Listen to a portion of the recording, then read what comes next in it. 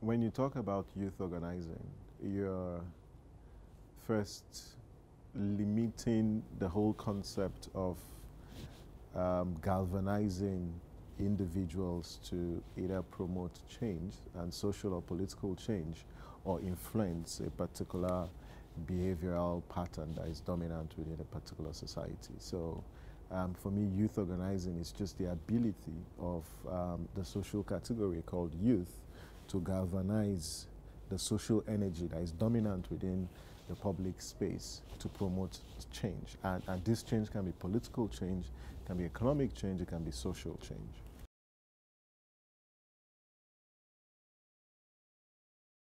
I think first, when we talk about change, we also need to be very, very clear on what we mean by change. Is it change from good to bad or change from bad to worse? I think there is a consensus that the democracy that we practice today is under deep scrutiny because it's not delivering development to the people. Where votes at elections don't count, where public officials are not accountable to the people, or where you've got unemployment and inequality on a high increase when we claim that we're actually prospering economically. So there's poverty and there's unemployment in the land. And I think when we talk about change, we're basically looking at how do we make democracy deliver development to the people?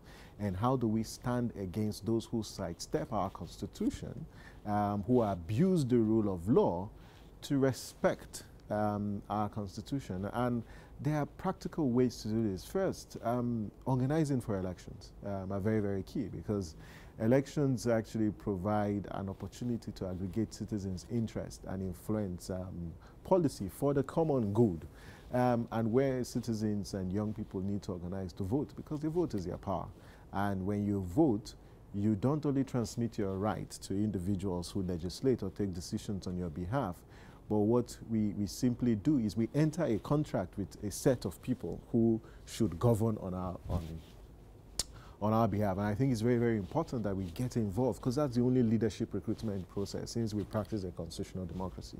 And young people have a critical role to play, not just as voters, but as election observers promoting electoral integrity because where we come from in Africa, we know that votes actually don't count. But that's beginning to change and people and citizens and young people need to get really involved in ensuring electoral integrity because there is a nexus between democratic development and the quality of elections, although democracy is not just elections because democratization involves the rule of law, the strengthening political parties, free press, as well as citizens' engagement and promoting accountability post-elections.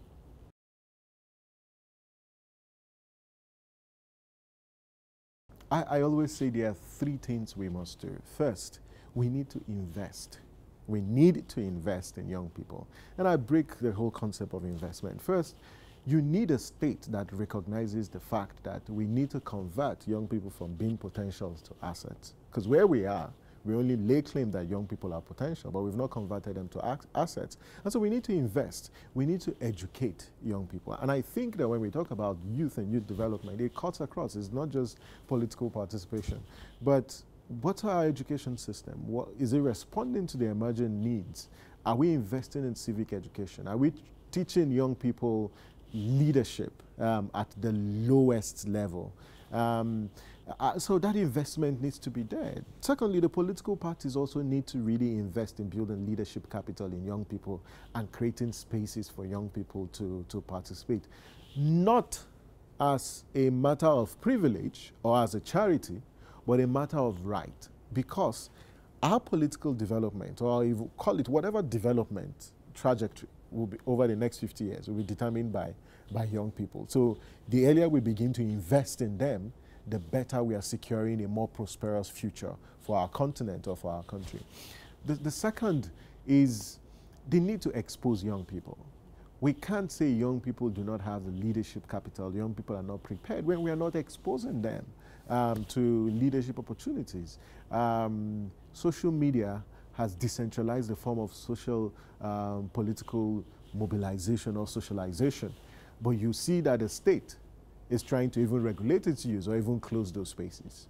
We've got even our education curriculum also reviewed and taking away history from our education system. And I think it's important that when we talk about exposure, we need to decolonize our education system, and that can help provide that paradigm. But give young people opportunity to get exposed to parliamentary processes, to get exposed to elections. And that's why I love what election management bodies are doing across Africa in engaging young people as election observers or as election administrators. Because what you're doing is you're building a very solid foundation for election management in the near future. The third thing is we must trust young people.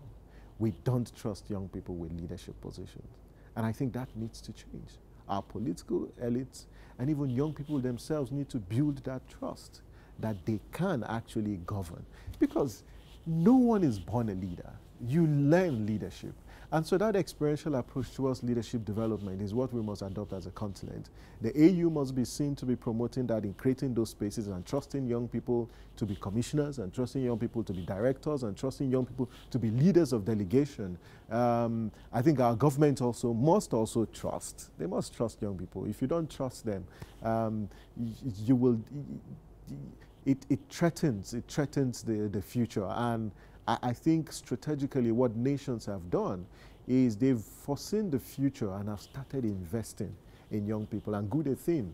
The AU is looking at harnessing the demographic dividend through investment in youth. You can't harness the dividend if you don't invest in them. And so these are three key things that I think we can do to promote youth participation. But looking at legal frameworks, and that's why I'm very fascinated with development with Not Too Young to Run, the need to reduce age limits. In fact, we must get to a point as a continent where we adopt a model that once you're 18, once you're eligible to vote, you should be eligible to be voted for. I hope that in the next, and quite frankly, and I'm sure the AU should start considering this, we need to have a conversation on reducing the voting age from 18 to 16, because that's where the world is going. I think 18 is too far, but we need to start building that culture of civic engagement, because the future of democracy, in my view, will be determined by the inconsequential, powerful majority who are the citizens.